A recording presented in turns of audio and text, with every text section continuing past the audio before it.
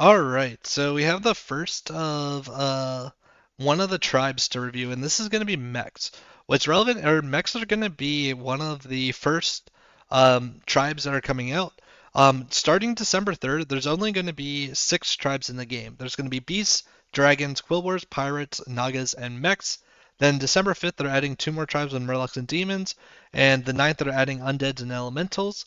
Where this is relevant because there's only 6 tribes on this initial day one launch, at least the day one patch, you're only going to like lose one tribe every game, and you're going to have a little bit more consistency with what to play. So these first 6 tribes you should learn pretty well, um, and then you gradually get a little more variety with these other 2 comps or 4 tribes later in the week.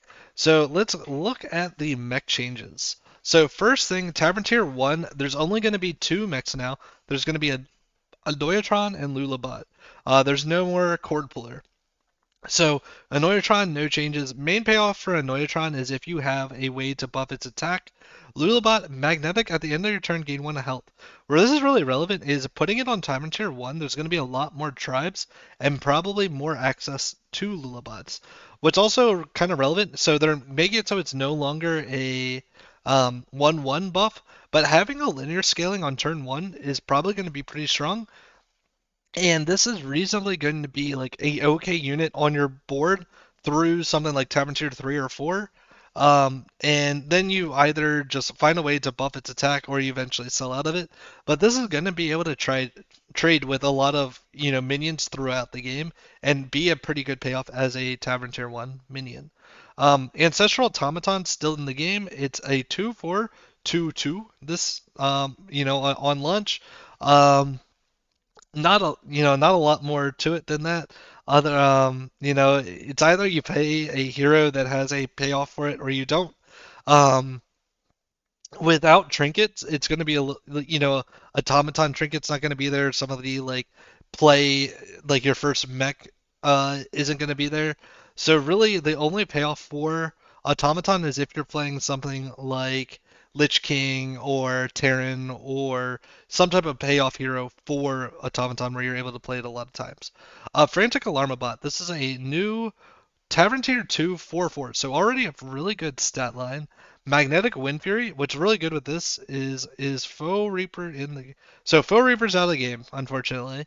I was gonna say like having a way to guarantee getting Foe Reaper Wind Fury, just a Cleave Wind Fury is really strong.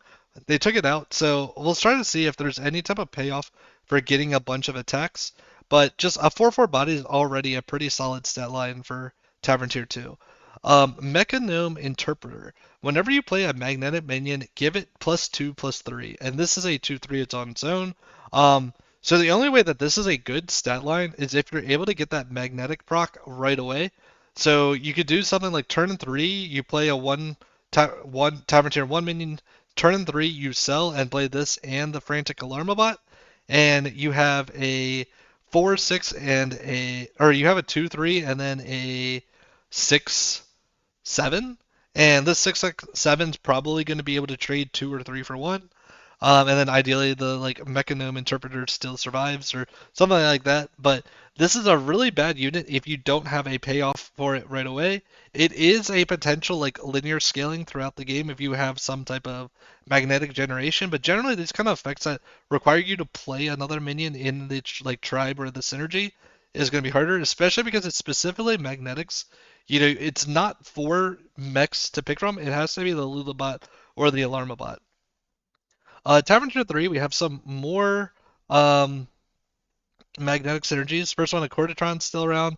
A Noyo module is a 3/2/4. I think they did that change kind of later in Season 8, but just it is still here. And this is, I guess, another payoff for the Mechanome is there's now 2 more magnetics on Tavern Tier 3 to pick up.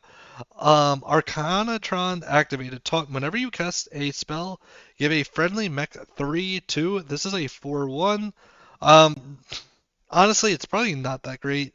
Um, the main things is it's giving it doesn't say it, but it's a random friendly mech 3/2, and 4/1's not that good unless you have some type of Tavern Tiers generation. Let's just go through really quickly.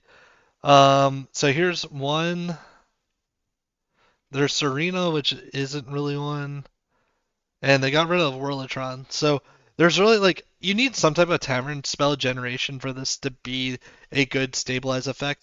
Where it is kind of relevant is if you have a couple of Divine Shields, like a 3/2 buff's pretty good early. Deflectobot, the main thing with Deflectobots is just reset comps.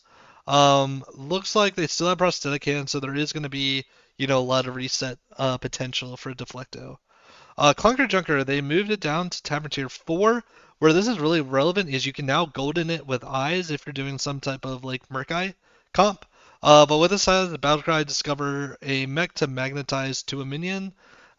Grease Spot's still around, just a solid like mid-game stabilize unit. Marky Tricker, or Ticker, sorry. At the end of your turn, get a random Tavern Tier spell. This is another like very typical four Tavern Tier 4 3/5 set line that's like a get a bunch of value. Essentially, like this is a payoff for tripling, and can just help stabilize you throughout the game. Prosthetic Hand, Magnetic Reborn mainly is just a payoff for Deflecto. Looking through it, what death rattles are there? So Mecha Horse, and that's it. There without like Whirlitron and without there's just not a lot of payoffs for the prosthetic hand right now. I think like Deflecto comps are really about it. Serena's around. This is just relevant because you can play a lot of Divine Shield comps. Holy Mackerel being around is going to make Serena comps a like reasonable thing. Holy Rover, Divine Shield. Whenever this attacks, get a random magnetic mech. So this is going to be very strong with the Frantic Alarmobot because you can guarantee get 2 magnetics on that first attack. And this is actually a payoff with Prosthetic Hand because assuming you do that like whirlwind attack, it probably does. If reborns, you get a 3rd magnetic that way. Holy Mackerel, after another friendly minion loses Divine Shield, gain Divine Shield. Where the main payoff of this is if you play 2 Holy Mackerels, they can kind of keep bouncing the Divine Shield back and forth to each other. You can also taunt it and play a bunch of Divine Shields, and then every time a minion attacks, it regains the Divine Shield. And having something like Serena as a way to give Holy Mackerel a lot of attack is going to be a really big payoff for this. Kangor's Apprentice. Kangor's is mainly good with something like Automaton. There's not a lot of like death rattle synergies for it to have many more effects, but this is at least going to be a payoff if you're doing like an automaton comp going into late game.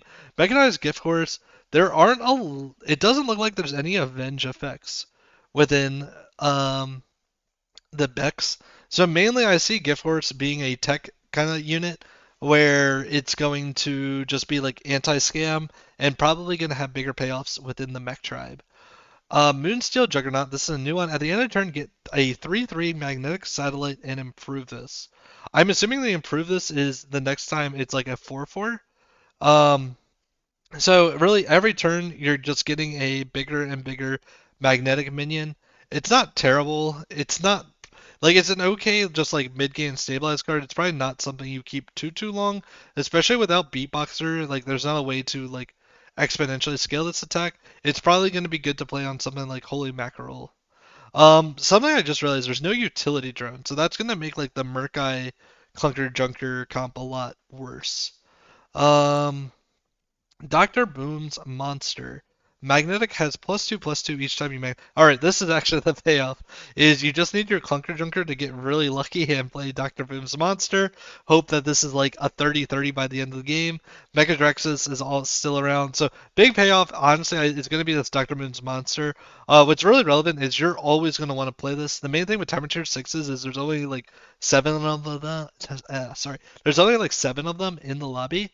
So if you can get this, effect as much as possible, you're never gonna like use this as a minion you triple onto. Um, and really, I don't even see stacking being a thing because Beatboxer isn't around. But this is gonna be a huge payoff. It's gonna be something that you play on your Holy Mackerels. Really, what I see Mechs doing is in the mid game, they're gonna do a lot of like Divine Shield, Magnetic like buffing, something like Deflecto into Grease Spot. And then eventually they want to get into this like charging Serena, Holy Rover, Holy Mackerel core, and then just get as many magnetics that they can every turn to buff those Holy Mackerels and just play 2 Holy Mackerels and let Mackerel kind of carry the game. So that's kind of my prediction for Mechs. Let me know if, in the comments if you think there's something I missed. Please drop a like if you enjoy this content, if you know, hopefully learned something from this. And feel free to subscribe. This is going to be my content coming out for the next week or so as we get ready for Season 9. So good luck on your end of season climbs. See ya. Bye.